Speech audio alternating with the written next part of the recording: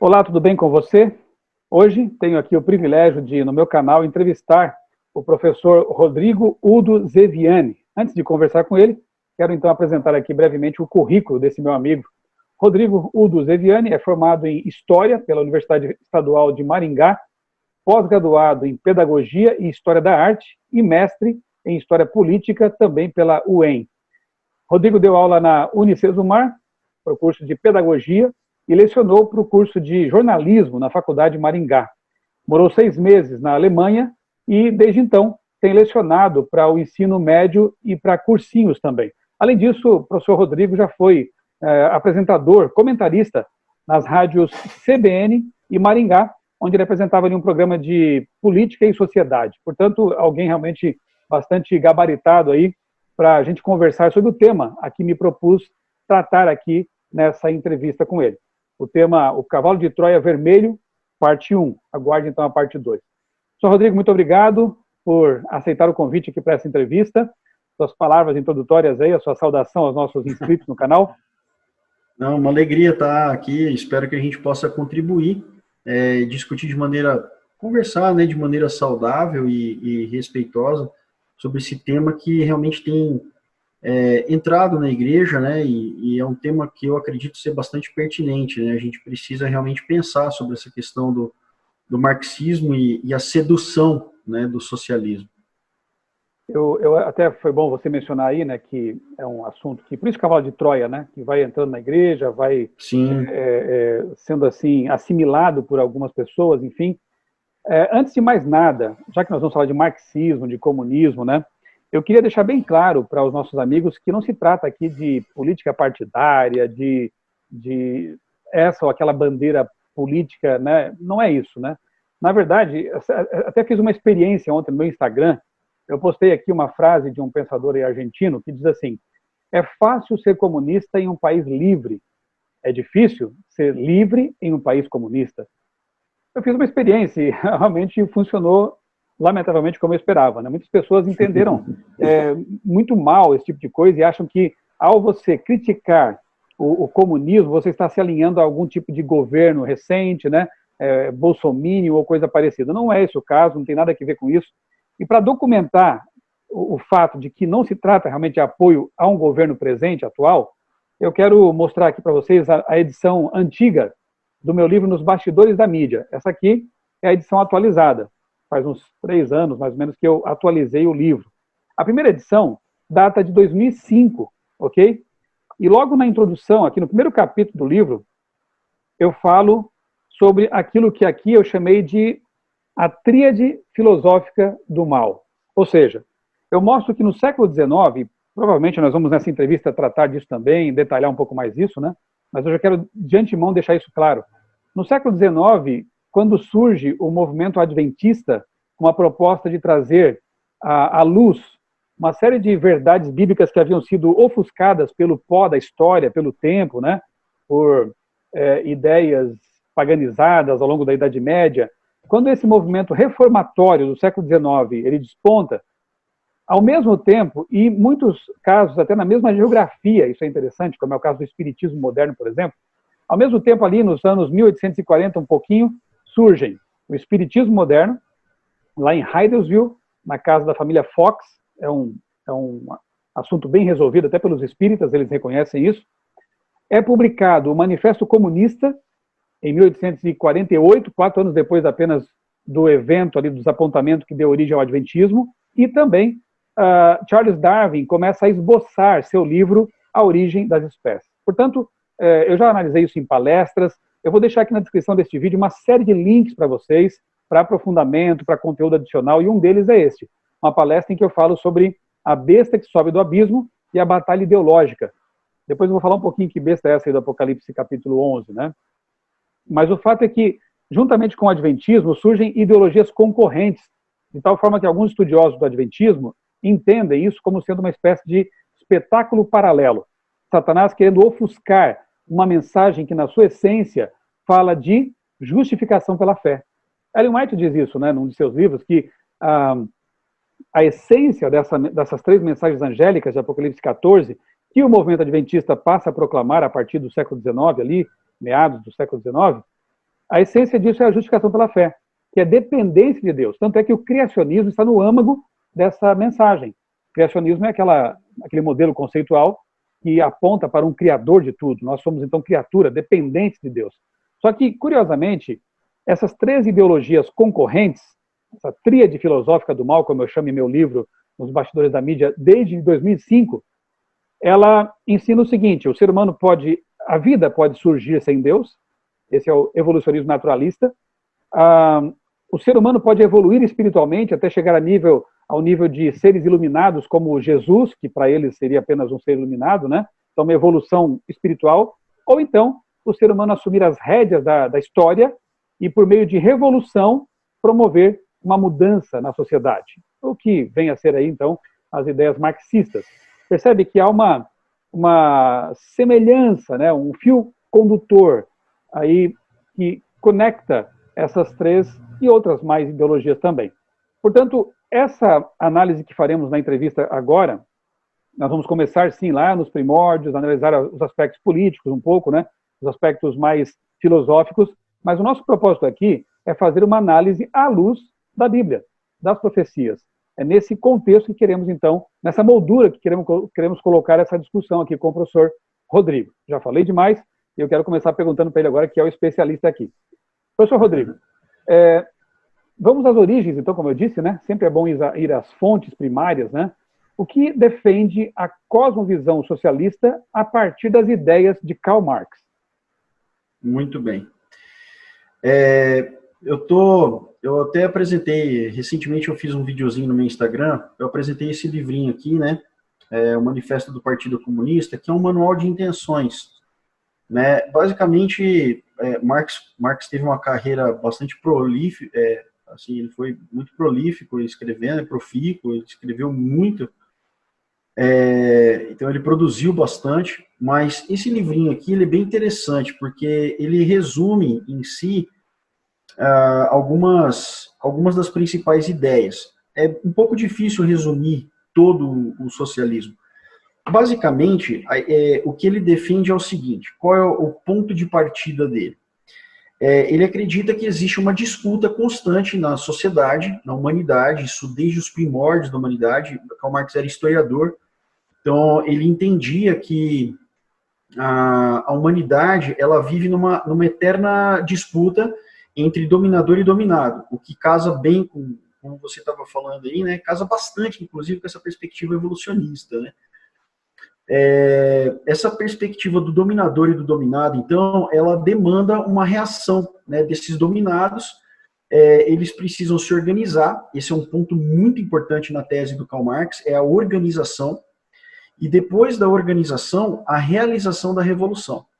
Então, quais são os passos elementares, né, dentro da perspectiva socialista? Organização do proletariado, a criação de uma consciência de classe, né, uma consciência de conjunto, e a realização de uma revolução.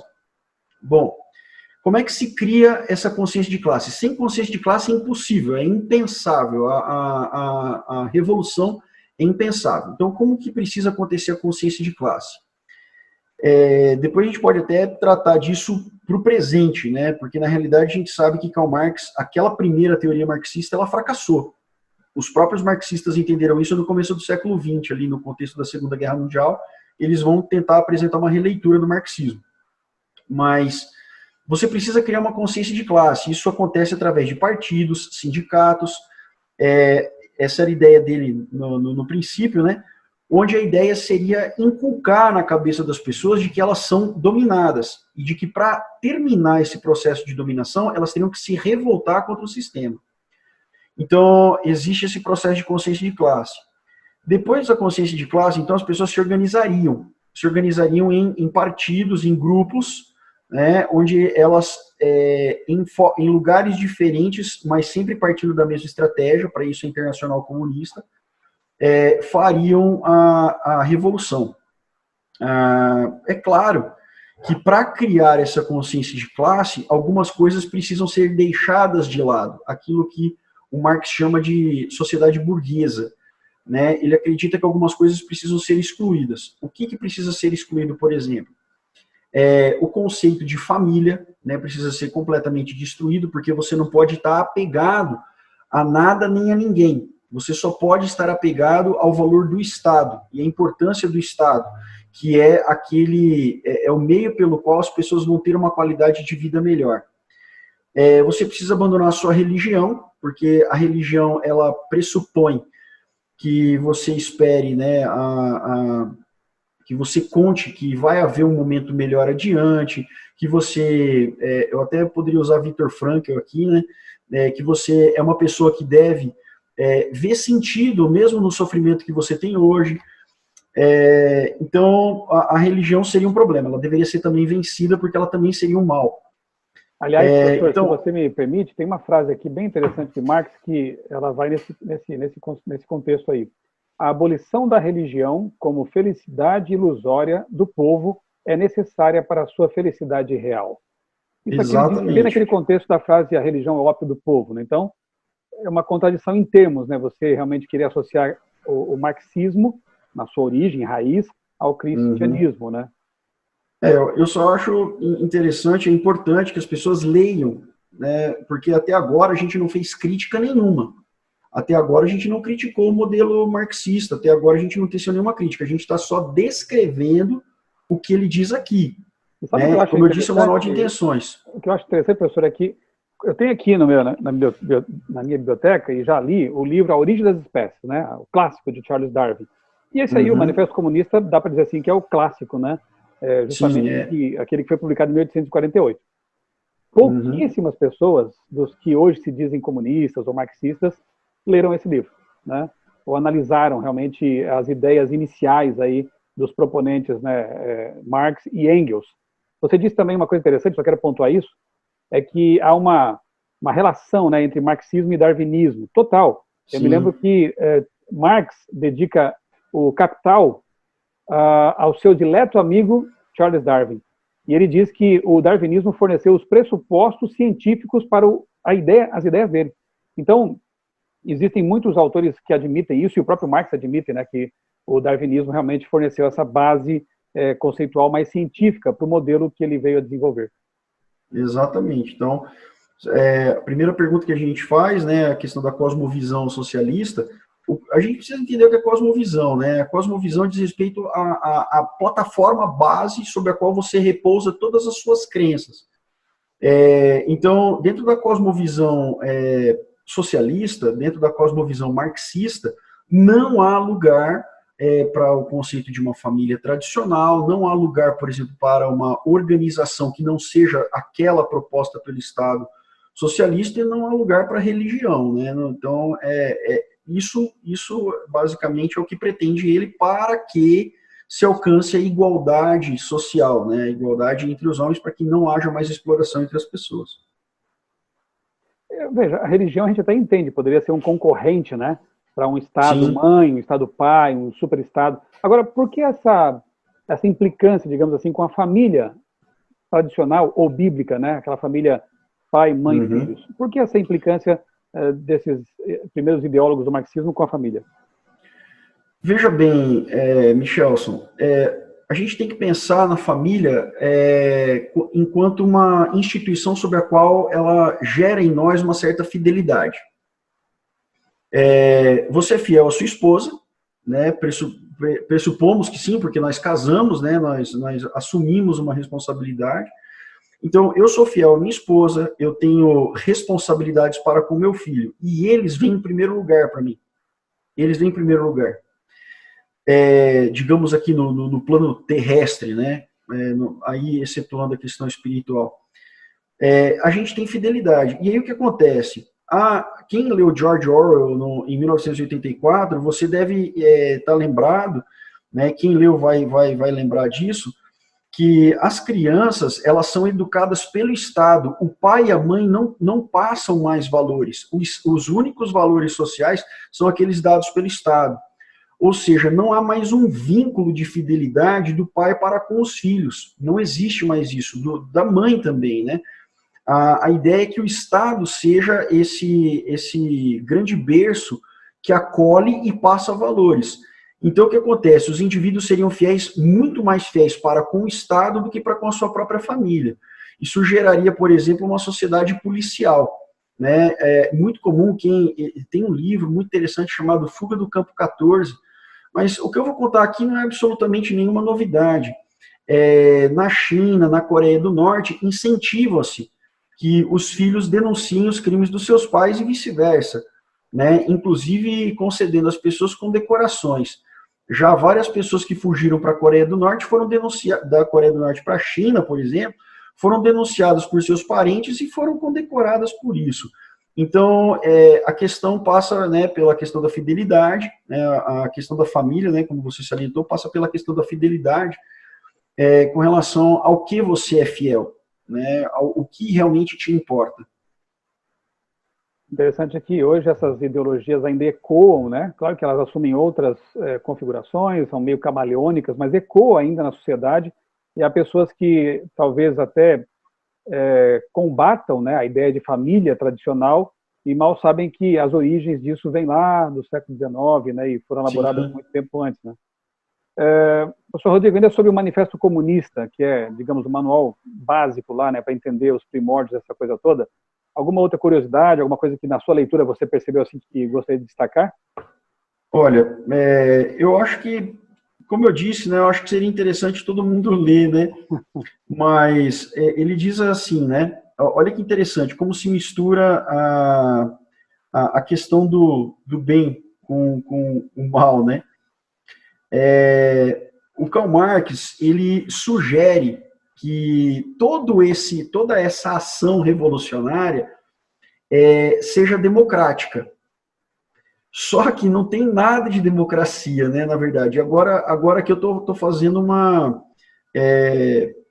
estou divagando em cima do material dele. Ele sugere que se tem uma plataforma popular, tudo que vai acontecer em função disso é democrático. Então, é um conceito um pouco deturpado da própria democracia. Então, o que ele sugere? Que quem não aceitar deva ser eliminado. Isso ele diz textualmente, ele diz aqui. Por isso que é bom ler, né? Tem gente que não acredita no que a gente fala, ele né? diz aqui, claramente, as pessoas que não aceitarem, ele não é o único, né? Porque você vai ver que, inclusive, Marx ele conseguiu influenciar de maneira bastante vívida várias pessoas, e muitos vão chegar a dizer a mesma coisa. Olha, a burguesia, né, a pá e a terra, né? Ou seja, eles vão cavar o seu próprio buraco, nós os matamos e eles caem dentro do buraco que eles mesmos cavaram. Então, não existe essa questão democrática dentro da chamada revolução. O que eu pontuo, né, que, assim, saindo, né, de toda a perspectiva do livro, deixando agora de falar do próprio livro, e agora tecendo um comentário meu, para mim soa bastante estranho essa ideia, né, porque ele coloca tudo na mão do Estado e chama isso de democracia. Quer dizer, as pessoas elas perdem o seu direito à manifestação. Uhum. Eu vou mais tarde mencionar, talvez voltar a esse livro aqui.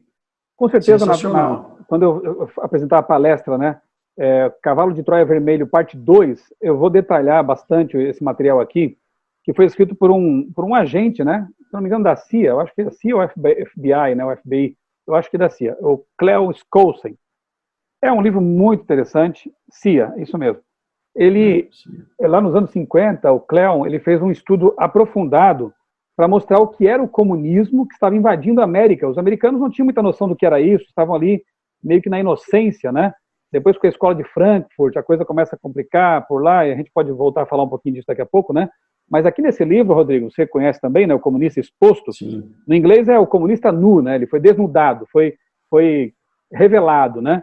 Ele mostra, o livro mostra aqui as 45 metas do comunismo. E sabe o que é mais assustador? Perceber que praticamente todas elas foram cumpridas, foram conquistadas, foram alcançadas. Então, realmente havia um projeto, né, um propósito por trás de tudo aí.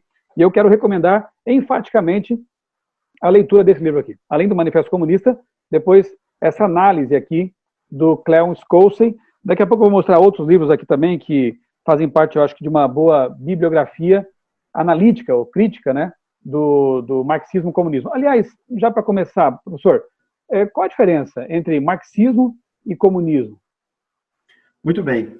É tudo uma questão de processo, né? Você tem ali, o que é o marxismo, na verdade? O Marx, ele falou que houve tanta poluição em cima das ideias dele que, às vezes, nem ele se enxergava como marxista, né? Mas ele chega a dizer, o objetivo é o seguinte, você tem, o objetivo dele é chegar ao comunismo, né? Se você ler todo o material do Marx, a gente vai descobrir que, na prática, nunca existiu um Estado realmente comunista no mundo. Talvez a melhor experiência comunista que a gente tenha tido no mundo tenha sido a Comuna de Paris, né, em 1871. Durante ali 72 dias, a cidade de Paris ela foi fechada, foi isolada, e ali teve uma experiência comunista. Mas aí o Napoleão III conseguiu, né, cercar a cidade e esmagar o movimento. Então, o comunismo é o objetivo final. É quando o Estado ele se torna tão supremo que ele é basicamente indiscutível. Mas para chegar ao socialismo, para chegar ao comunismo, é preciso passar pelo socialismo. Então, no socialismo, né, a ideia seria justamente as pessoas... seria um período de vigilância, onde haveria uma ditadura popular, né, a ditadura do próprio proletariado, em garantir que todas as reformas, né, exigidas e demandadas aconteçam dentro dessa sociedade que nasceu capitalista, mas deve se transformar numa sociedade de mentalidade socialista. E aí sim, quando finalmente houver uma consciência de classe tão plena que não haja mais necessidade de vigilância, então aí sim o comunismo, né, onde tudo funcione de maneira absolutamente altruísta e natural, né, na cabeça das pessoas. Então, o comunismo é o objetivo final. Uma ideia bem utópica e nunca alcançada, né? Não, por isso que eu te disse. Na prática, a gente nunca teve comunismo na face da Terra. E nem mesmo os regimes que se dizem comunistas, né, se você olhar a fundo mesmo, a China, a União Soviética, a Coreia do Norte, mesmo Cuba, foram regimes extremamente desiguais, né? Enquanto Stalin dizia que a morte de milhões de pessoas era uma estatística, ele aproveitava os 9 palácios da família real que os próprios comunistas tinham mandado eliminar. Agora então, realmente a desigualdade continua existindo, inclusive por parte dos seus próprios líderes. Você indicou lá o 1984 do Orwell, né? Quero indicar também um dele, que é a Revolução dos Bichos, né? Sensacional também. George Orwell também, que é uma parábola, né, do que acontece realmente quando os animais tentam promover uma revolução na fazenda, eles tiram os zares, ou melhor, os seres humanos, né, do trono lá da fazenda, só que daí os porcos assumem a liderança e eles começam a se refestelar lá com a geladeira dos humanos, com a banheira do banheiro deles, né, com conforto, enquanto os outros animais ficam ali socializando a pobreza, né? E para mim, eu que faço uma análise mais assim bíblica e espiritual da coisa, vejo o seguinte, que não funciona essa utopia porque o ser humano ele é corrompido. Dê poder ao ser humano para conhecê-lo melhor, né? Então, se não houver uma, digamos assim, entre aspas, uma revolução do coração, que a gente chama de conversão, não acontecem mudanças, porque o coração do ser humano ele não é confiável, ele é corrupto e ele tende para o exclusivismo, para satisfazer seus próprios desejos e anseios, né? Infelizmente. A Bíblia também condena assim, o capitalismo selvagem, né? Para a gente também ser honesto aqui. Sim. Quando lá em Tiago diz assim, que Deus está vendo o salário que foi mudado pelos empregadores, que foram humilhados e foram explorados, né?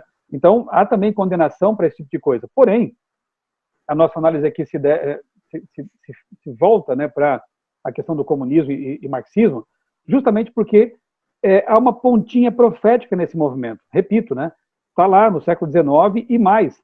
Quando acontece a Revolução Francesa, e isso aí é interessante você ler livros sobre isso, e também tem um livro aqui, depois eu mostro para vocês, acabei esquecendo de deixar aqui selecionado, em que o autor, ele fala, o título é Os Deuses da Revolução.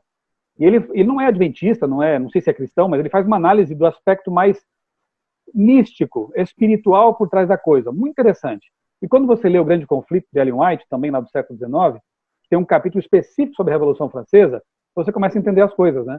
E aí Autores como Mervyn Maxwell, por exemplo, um grande teólogo, historiador adventista, escreveu 2 livros que a CPB tem, um sobre Daniel e outro sobre Apocalipse. Ele fala que o marxismo bebeu da fonte da Revolução Francesa. Revolução esta que é descrita em Apocalipse 11, né, quando a besta do abismo, ali, que é o ateísmo, né, revolucionário, surge na história. Se o marxismo bebe dessa fonte, é importante conhecer também esses aspectos mais ligados à profecia relacionada com a Revolução Francesa. Tem um aspecto interessante nisso, na verdade não dá, provavelmente não vai dar para a gente explorar isso hoje, mas em outro momento acho que seria interessante, o quanto o iluminismo que gerou a Revolução Francesa criou na cabeça das pessoas uma tremenda confusão. Uhum. Porque todo o conceito que hoje existe de esquerda e direita foi criado pelo iluminismo, justamente porque ele não resolveu bem as coisas. Por exemplo, qual é a diferença entre uma manifestação em que as pessoas saem na rua com paus e pedras e é chamada de democrática por parte da mídia, porque ela está se voltando contra o governo, né? Qual a diferença dessa manifestação com pessoas que saem com a bandeira do país e pacificamente andam, fazem uma caminhada e tal, e terminou? Qual é a grande diferença? Bom, as duas são manifestações. E as duas são legítimas, porque as pessoas buscaram ali o seu espaço, né, para poder manifestar. Aí você vai falar, não, mas uma destruiu o bem público e tal. Aí você começa com os ICs. E isso não está implícito, isso não fica explícito, melhor dizendo, nos ideais iluministas. Vamos lembrar, liberdade, igualdade e fraternidade, mas a liberdade, a igualdade e a fraternidade não definem, por exemplo, só para definir aqui, só para explicar um dos problemas. Como é que eu vou conciliar liberdade econômica com igualdade econômica? Liberdade política e igualdade política, e fraternidade política. Como é que eu equilibro igualdade social com liberdade social? Então, o que aconteceu? O iluminismo ele criou uma série de problemas que ele não resolveu. Né? E aí, o que acontece? De um lado, você pode usar, né, usar o termo democracia acabou se tornando uma coisa muito poluída. Né? Você usa o termo democracia como um escudo para proteger e justificar tudo que eventualmente se faça. Alguns também usam como escudo, professor, aquela ideia de que, bom, já que o comunismo nunca existiu, ao você criticá-lo, você está batendo no espantalho, né? Como é que você rebate uma ideia dessa, uma crítica dessa? Bom, vocês estão criticando uma coisa que não existe. Então, esse é um ponto interessante. Você estava falando aí do capitalismo. Por que a gente está tratando do socialismo hoje? Por que nós estamos falando de socialismo, estamos falando de marxismo e não estamos falando de capitalismo? É muito simples. Porque o marxismo cultural venceu. Ideologicamente falando, sim, né? Sim, o marxismo cultural venceu. Quem diz, por exemplo, que o comunismo e a perspectiva de um mundo socialista acabou com a queda da União Soviética, realmente está completamente perdido. Essa nunca ouviu falar de Gramsci, né, talvez. Esse é o pai da criança, é aí que eu queria chegar, né? Tá completamente perdido. Na verdade, essa perspectiva, ela não morreu. A gente tem hoje, eu diria para o amigo telespectador, para o amigo espectador, né, que o que a gente tem hoje é a vitória do marxismo cultural, absolutamente. Hoje, o politicamente correto, a questão da ideologia de gênero, né, a questão de você ter um Estado que seja necessariamente de esquerda, que eles considerem, que eles manipulem, monopolizem, melhor dizendo, o discurso político, que só o que eles dizem é democrático e quem se opõe a eles não é democrático, é fascista. Esse tipo de divisão social que está implícito aqui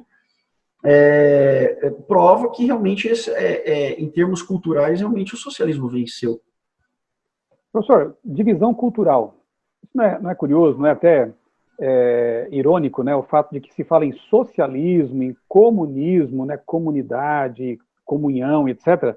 Mas o que se vê, na verdade, desde a origem, é uma bipartição, tripartição, quadripartição, sei lá, fragmentação da sociedade. Isso é uma percepção correta? É uma percepção correta. É dividir para dominar. Uhum. O que acontece? A perspectiva do socialismo, ela implicitamente, ela diz o seguinte, olha, você precisa criar o caos. Então, vamos dar um exemplo aqui. Pode parecer bobo, mas recentemente o Congresso Nacional Brasileiro aprovou o marco do saneamento básico. Quais foram os partidos que votaram contra? Justamente os partidos da ala de esquerda. Poxa vida, mas era uma coisa boa, né? Partidos de centro, né, inclusive de centro-esquerda, que é o caso do PSDB, acabaram aprovando, e foi aprovado, enfim. Mas por que eles votaram contra? Porque existe esse projeto. Se não vem deles, eles desaprovam. Entendeu? Tô dando esse exemplo porque ele está bem presente, ele está bem quentinho, né? Ele saiu agora do forno, mas a ideia é criar o caos. Para eles, quanto pior estiver, melhor para eles poderem incutir as suas ideias. Vamos dar um exemplo? No pós-Segunda Guerra Mundial, a ideologia comunista se alastrou pela Europa. Aliás, depois da Primeira e depois da Segunda. Tanto que a solução, né, que o empresariado e uma parte dos políticos na Alemanha e na Itália entenderam que seria viável para derrotar o comunismo seria justamente permitir a ascensão de ideologias de extrema-direita, né, como o nazismo e o fascismo. A perspectiva deles era justamente de que, usando o nacionalismo como bandeira, seria impossível a ascensão do comunismo, que é um outro vício, é um outro problema, né, a questão do direitismo, que fracassou. Essa perspectiva de extrema-direita fracassou, ela foi derrotada na Segunda Guerra Mundial. Né? Então, a gente realmente não tem nem como falar, não prosperou a ideologia de extrema-direita. A ideologia de esquerda, entretanto, ela foi mais sutil, ela não vem de cima para baixo, ela não vem do Estado, ela não é imposta do Estado, ela vem de baixo para cima, ela vem comendo pelas bases, né, que é a formação intelectual das pessoas, como pretendia o Antônio Gramsci. Tanto se alastrou, né, que teve ali alguns episódios interessantes. Eu quero recomendar para vocês um filme, Milada Horáková, que conta a história de uma ativista, né, pelos direitos da mulher, que foi presa pelos nazistas lá na Tchecoslováquia. Ela morava em Praga, na capital. Foi presa pelos nazistas e ali foi torturada, passou muitos maus bocados ali. O esposo de uma rádio também foi perseguido. Quando o nazismo foi derrotado, o que acontece? Assume um governo comunista. E eles que achavam que estavam agora livres do nazismo, caíram da frigideira para o fogo, né? Porque aí Milada volta a ser presa, torturada de novo e pior, foi enforcada, foi morta. E o marido teve a sua rádio fechada.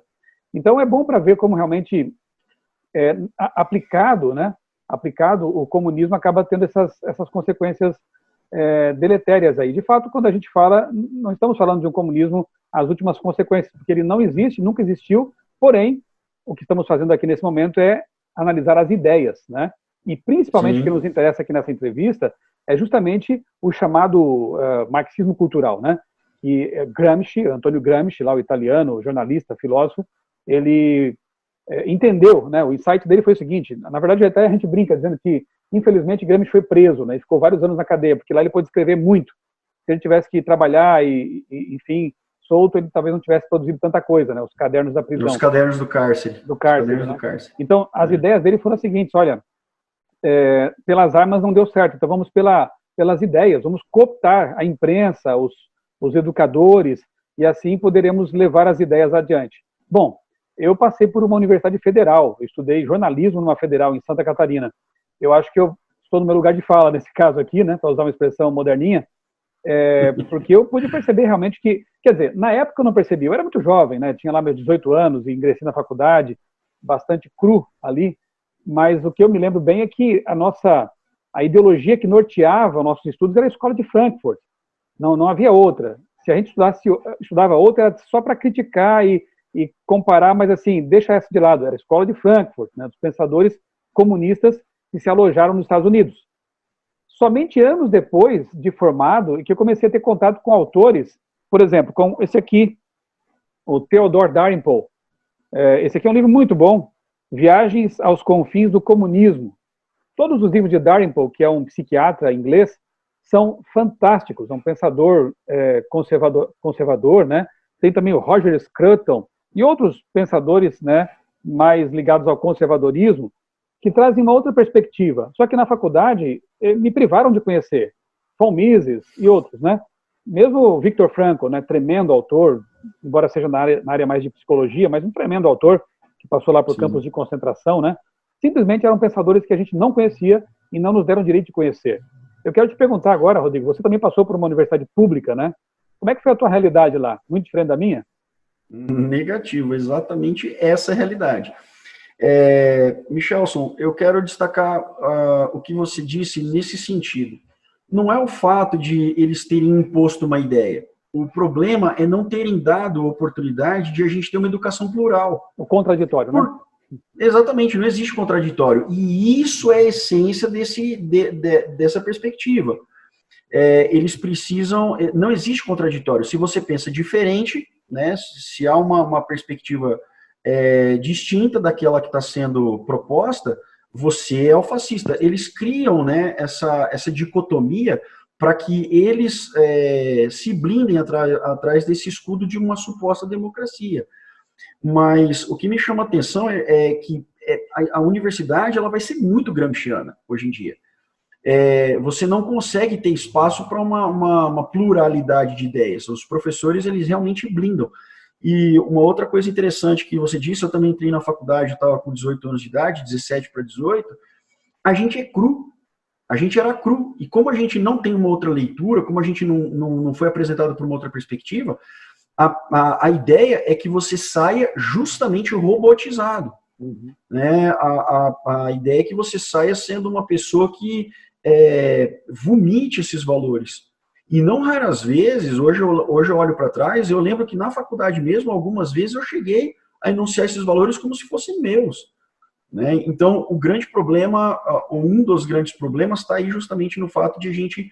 Tudo bem você entrar em contato com o socialismo, na minha perspectiva não há problema nenhum. Uhum. Né? Ler faz parte, mas o problema é que não há uma outra leitura.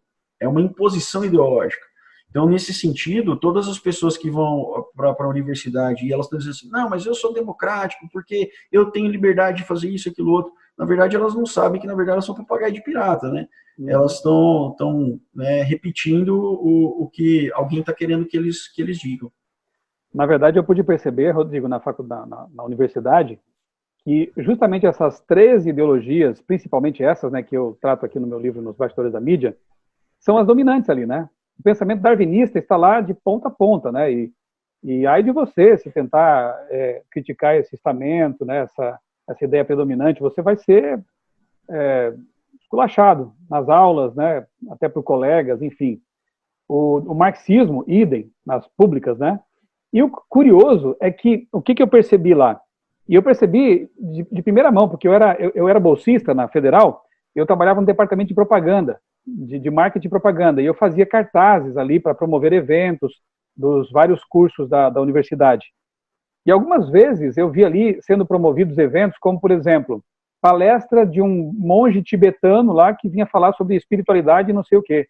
Ou então palestra sobre homeopatia e florais de Bach, coisas místicas perfeitamente aceitas no campus, entendeu? No entanto, o cristianismo clássico, bíblico, esse era detonado.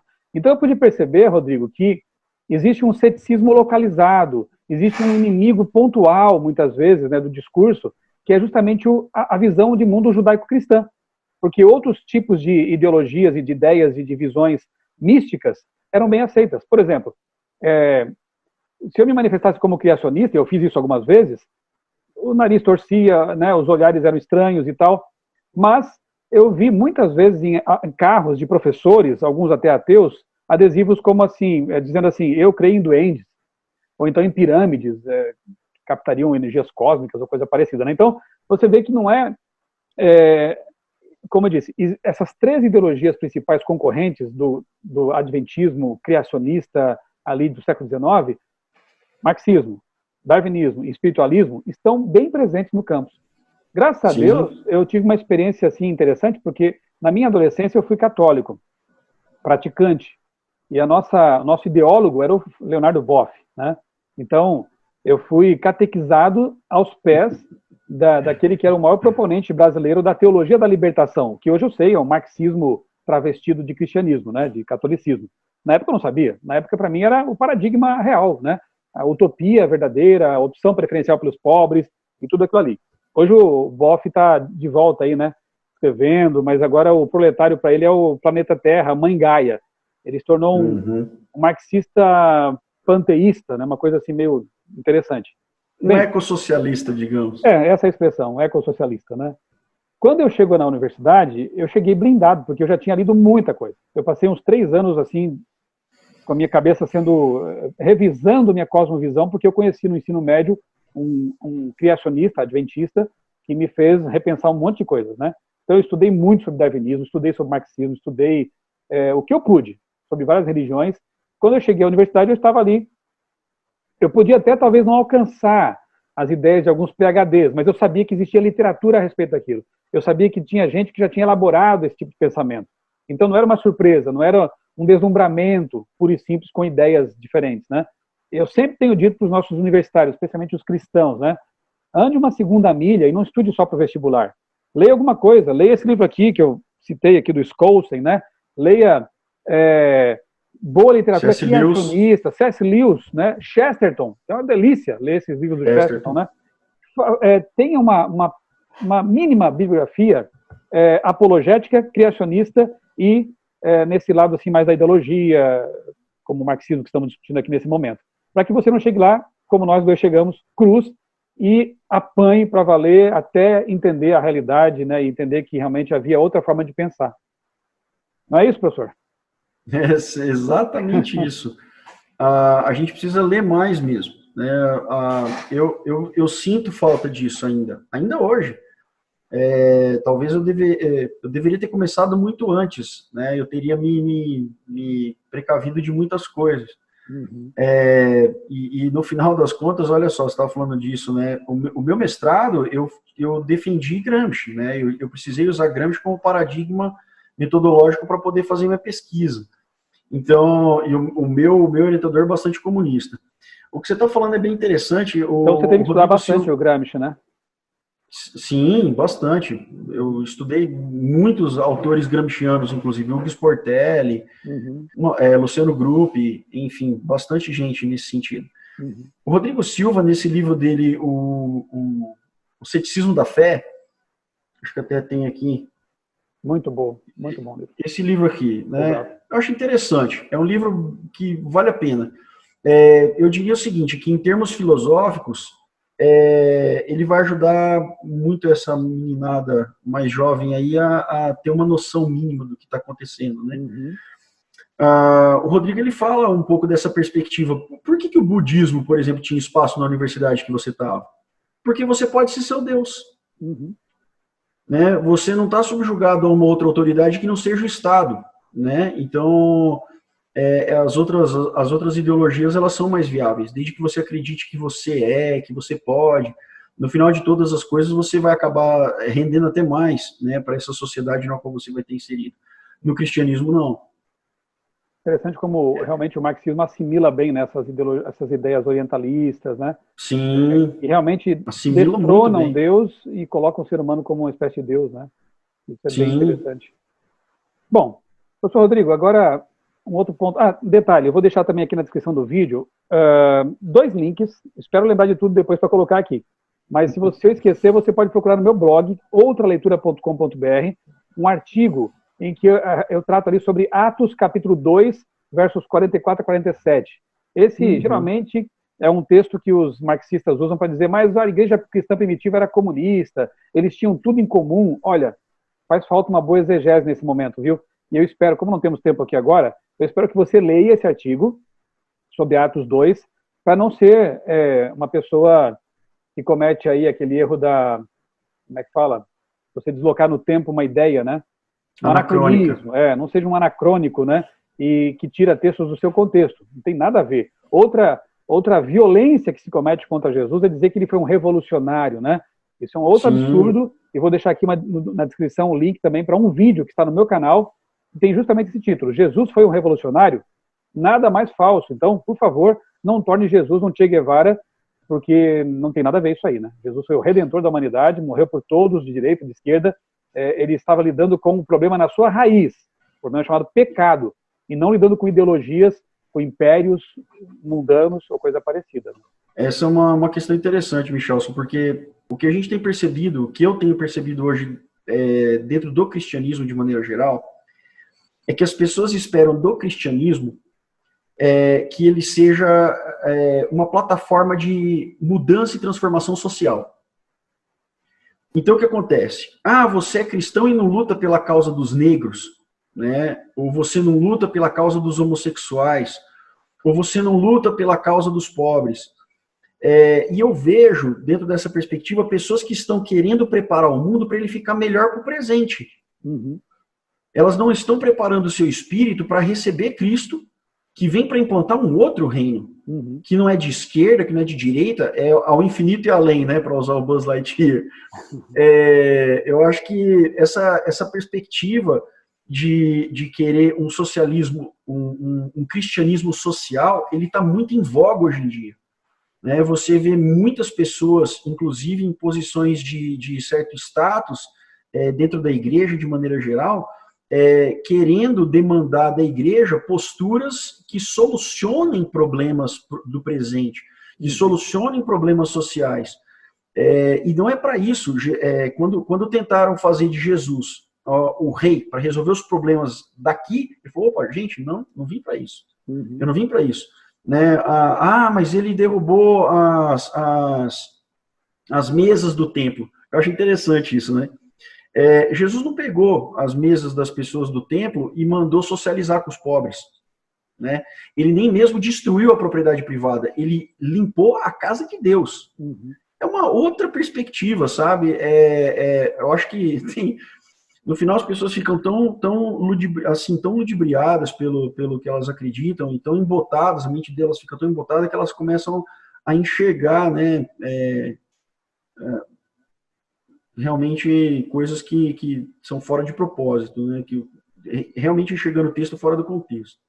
Mesmo ele sabendo dos erros, das injustiças, né, e corrupções que havia no Império Romano e também no templo, né, por parte da liderança do templo, Jesus nunca pregou uma insurreição contra, né, o templo e contra o Império. Não, de jeito nenhum. Nunca, isso não existe, né? Os zelotas talvez, né, fizessem isso, mas Jesus não pregou esse tipo de coisa. Então, realmente, é uma injustiça que se faz tentando comparar Jesus a um revolucionário, né? Rodrigo, existe espaço para conciliar liberdade de expressão, democracia e marxismo, socialismo? Não. Não tem nem como pensar muito. Né? Inclusive, a gente já tangenciou esse tema aqui.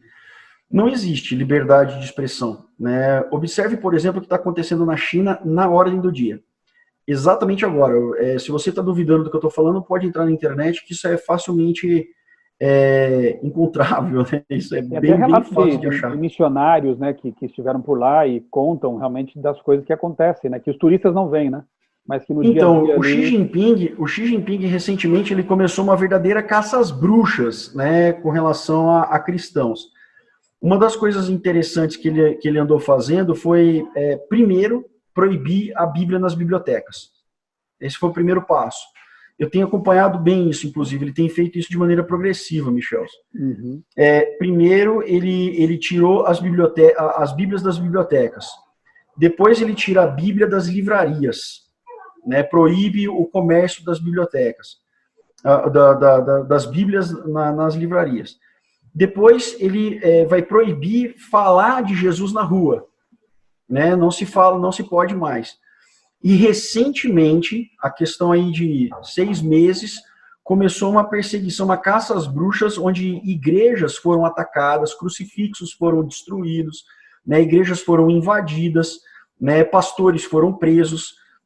A gente não se dá muito conta disso, e toda vez que você vê um dado da China, suspeite, duvide, né? Porque é o país hoje onde existe o maior número de presos políticos do mundo, né?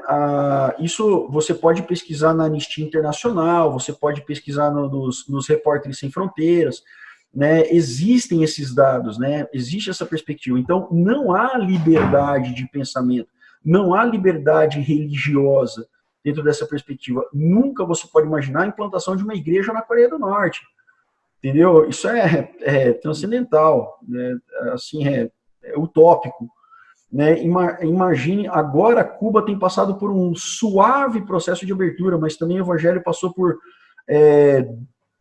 péssimos bocados ali em Cuba também, na União Soviética. A gente, até conversando, a gente trocou algumas ideias sobre alguns bons nomes, né? O pastor William Brandt acabou passando bem, o Wurm Brandt acabou passando por maus bocados também, torturado. Então é impossível você querer, mas eu tenho um outro ponto de vista, né? Então não Aliás, existe tem isso um daí. vídeo aí tão lindo, né? Você me indicou até do pastor Wurm Brandt, né? E ele fala sobre a sua prisão lá e como ele apresentou Jesus, né? Mesmo na face desfigurada que ele estava ali sendo torturado. Eu vou colocar aqui também na descrição desse vídeo o link para você se emocionar com a gente, né? Testemunho do Wurm Brandt. Olha, tem aqui eu vou mostrar aqui dois testemunhos, tá? Mais antigos, um secular, digamos assim, e um religioso. Esse aqui é um clássico, né? O Arquipélago Gulag. Uma leitura essencial. Aqui o Solzhenitsyn, né? O russo, ele mostra realmente como era discordar, né? No tempo da Rússia socialista e como foi a vida dele no Gulag, né? O campo de concentração. Eu tenho a versão antiga desse livro, nem sabia que tinha uma versão nova. Sim, quando eu vi aqui a versão capa dura, bonitinha, corri, comprei o meu também. Então, leitura recomendadíssima. E se você duvida disso ainda, eu vou então recomendar um da Casa Publicadora Brasileira. Esse você tem que ler. Se você é adventista, então, é o Ainda que Caiam os Céus, do pastor Mikhail Kulakov. O pastor Mikhail conta aqui nesse livro, e eu tive o privilégio de ser um dos editores da tradução para o português, né? Realmente um relato emocionante, de como eles eram presos lá na Rússia, na antiga União Soviética socialista, né? Como eles eram presos sob uma alegação ridícula de que eles estavam promovendo reuniões antissoviéticas. Sabe o que era isso? Pequeno grupo, culto. Então as autoridades entravam ali, acabavam com o culto, prendiam o pastor, o avô dele foi preso, o pai dele foi preso, que eram missionários, e ele foi preso. Inclusive mandado para a Sibéria. Sofreu horrores lá durante o regime comunista, né? Que via na religião realmente um inimigo. E mais, né? Esse é um testemunho recente, eu não vou citar nome, até por motivos óbvios, mas eu dei estudo bíblico, Rodrigo, para uma moça lá de Brasília que estuda engenharia aeroespacial na Rússia. E coisa de um ano mais ou menos atrás, ela correu riscos ali porque ela fazia na sua casa um pequeno grupo com jovens da igreja para estudar a Bíblia, para cantar juntos, para orar juntos, né? E alguém denunciou esse grupo. Resultado, as autoridades mandaram parar com aquilo. Ela foi proibida de, na própria casa, realizar reuniões de estudo da Bíblia, né? E não estamos falando de União Soviética. Não estamos mais falando do tempo da União Soviética, estamos falando de Rússia no tempo presente, estamos falando de mas hoje. Essa é uma outra discussão. O Putin, ele tem justamente essa intenção de não deixar a Guerra Fria morrer, né? Sim. Ele tem bem isso. E, Rodrigo, você estava falando da questão do Gulag. Eu tive a oportunidade de conhecer, alguns anos atrás, eu conheci o campo de concentração de Oranienburg, na Alemanha, e passando pelas celas, né, depois dos barracões, passando pelas celas, eu comecei a ver pessoas presas em 53, 54, mas a Segunda Guerra Mundial tinha acabado em 45, lembrando que Berlim ficou do lado soviético. E aí no audio guide o cara falando, depois que os nazistas foram derrotados, a União Soviética passou a usar esse campo de concentração para prender inimigos políticos. E quem que eram os inimigos políticos? Pastores e padres, predominantemente. Então eu acho bem complicado essa questão do diálogo e de ter a liberdade de expressão, né? No socialismo realmente não cabe. Eu quero citar também aqui, antes que eu me esqueça, mais uma referência bibliográfica, né? Eu acho que é o momento de a gente apresentar aqui alguns documentos, né? Tem gente que duvida realmente de que, não, mas o marxismo não foi tudo isso e tal, né? Olha, vou comparar com o nazismo aqui, tá? O nazismo foi algo deplorável.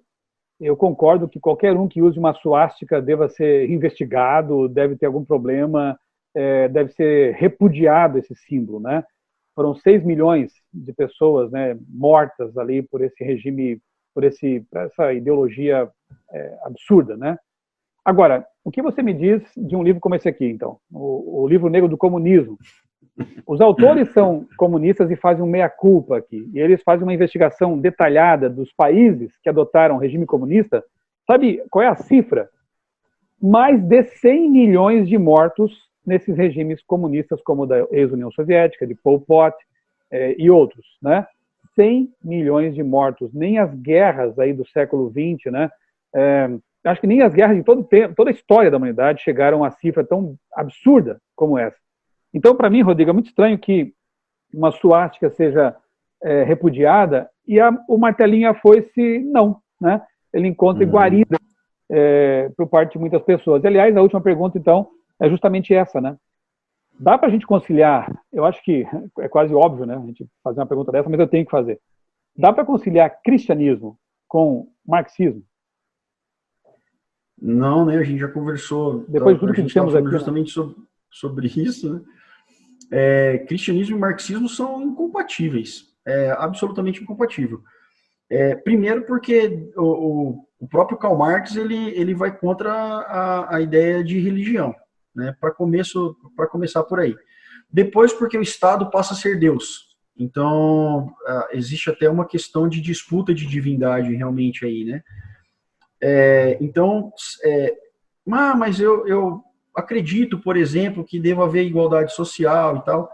Olha, você pode defender essa perspectiva, você deve defender isso, é saudável, né?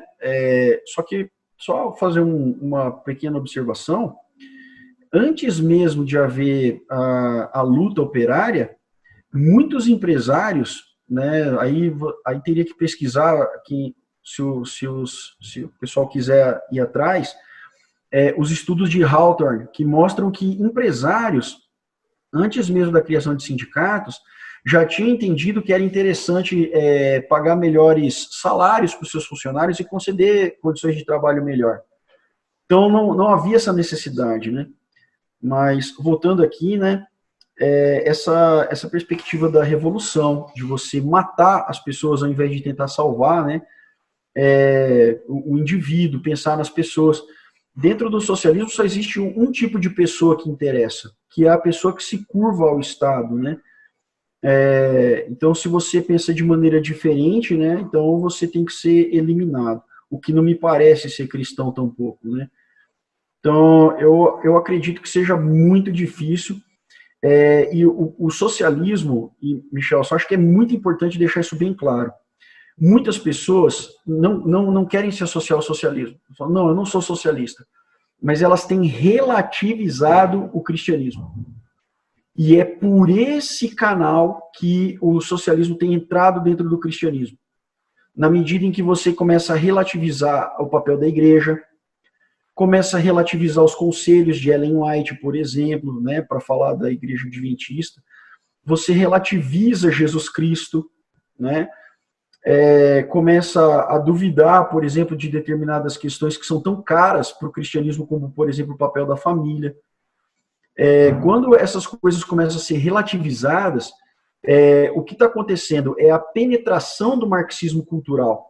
É exatamente esse o caminho que foi feito na sociedade de maneira geral e agora está entrando na igreja, que era a última trincheira.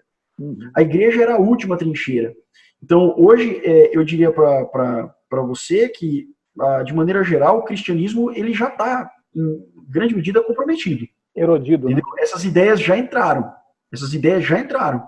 Entende? Então, agora, nesse momento, qual que deve ser a nossa perspectiva? Lutar para que não aconteça em mim. Né? Estar alerta para que não aconteça, que eu não relativize. E chamar a atenção das pessoas também para o seguinte, esses dias eu até conversava com minha esposa sobre isso, mas nós estamos chegando num momento em que defender o que é certo, mesmo dentro da igreja, vai parecer ridículo. Entende? A gente vai começar a ser taxado, e não duvide disso, de que mesmo as pessoas que comungam hoje da mesma fé que nós, vão apontar os dedos para nós e dizer que nós somos radicais. Eu lembrei de uma frase do Chesterton aqui, Rodrigo. Ele diz que chegará o tempo que teremos que provar que a grama é verde. Chegou, né? Chegou, exatamente. Eu não acredito que isso está mais no futuro.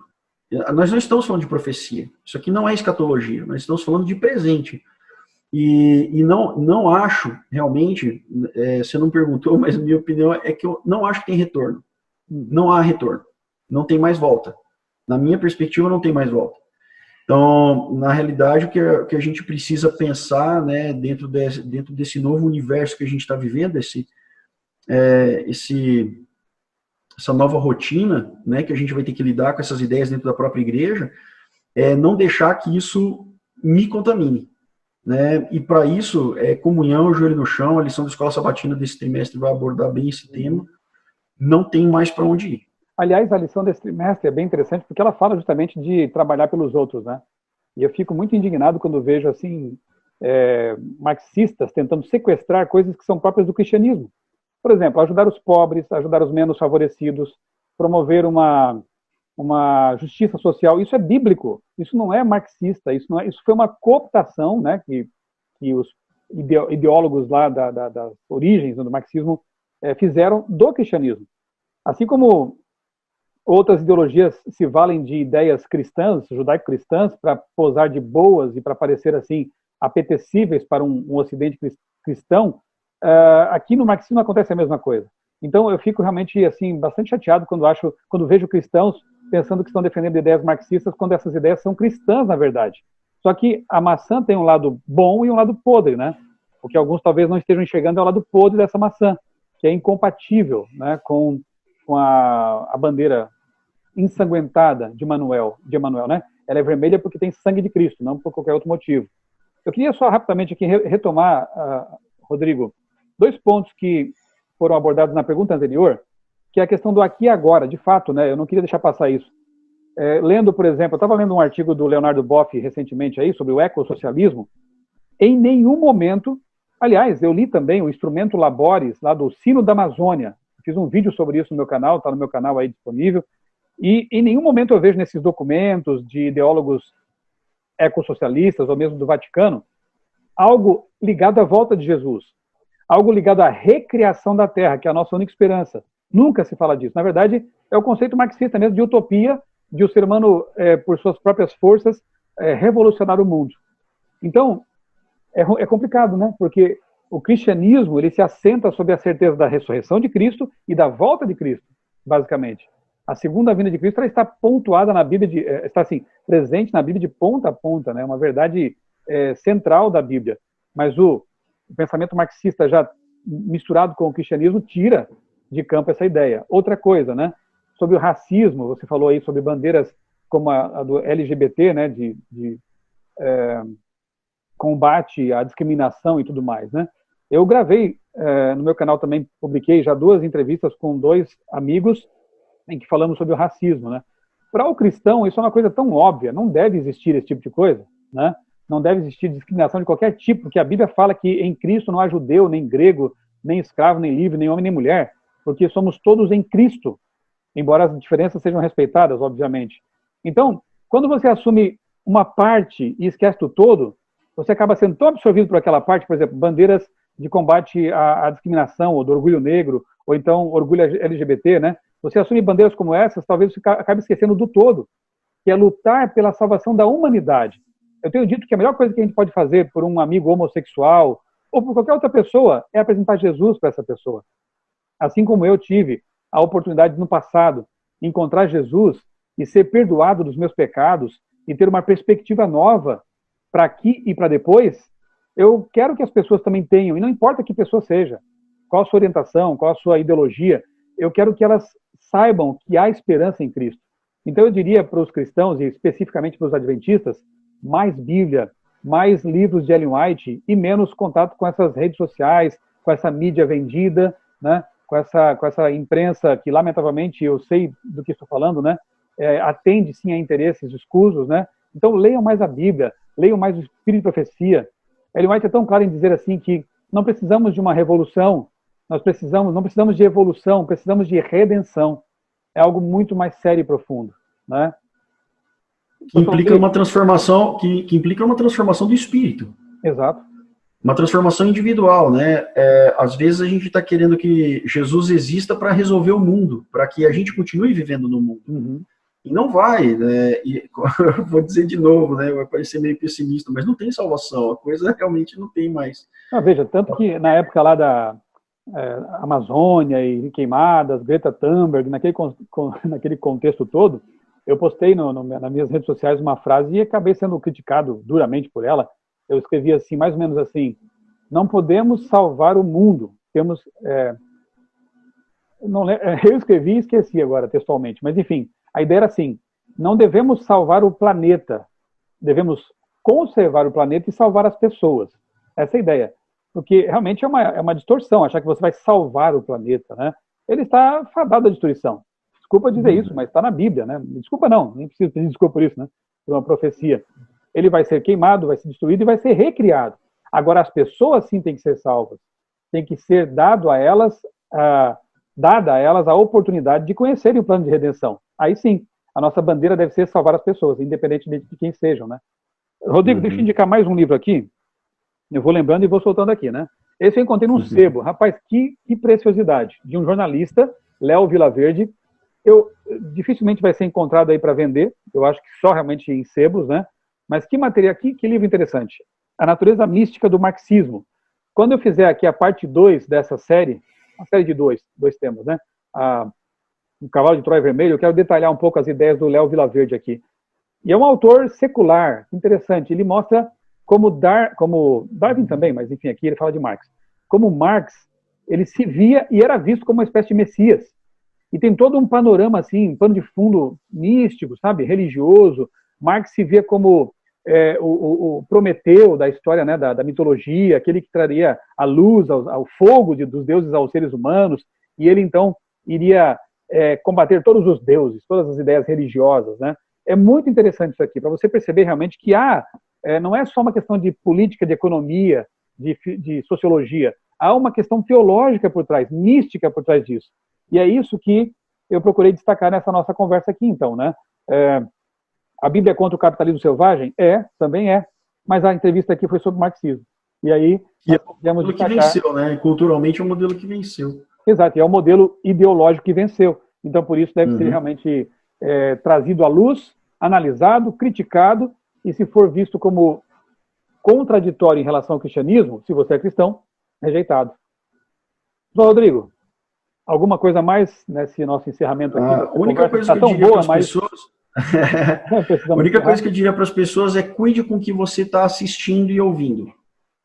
Cuide muito, porque determinados valores... tem uma... Puxa vida, eu vou esquecer o nome da autora. O livro chama-se Verdade Absoluta. É inclusive uma pastora luterana que escreveu o livro. Nancy Pearson. Nancy Pearson, exatamente. Muito bom esse livro. Esse livro é um espetáculo. Ela diz o seguinte: olha, eu nunca vou dizer para você não assistir, mas que você tenha no mínimo noção do que você está deixando entrar na sua cabeça, que você tenha a capacidade de criticar o objeto.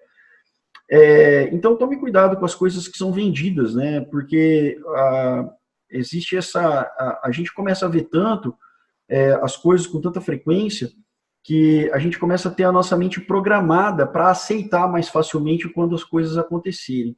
E esse relativismo todo que a gente está vivendo hoje, ele começou justamente no mundo das artes. Ele começou no mundo artístico, ele começou no mundo da educação e no mundo das artes.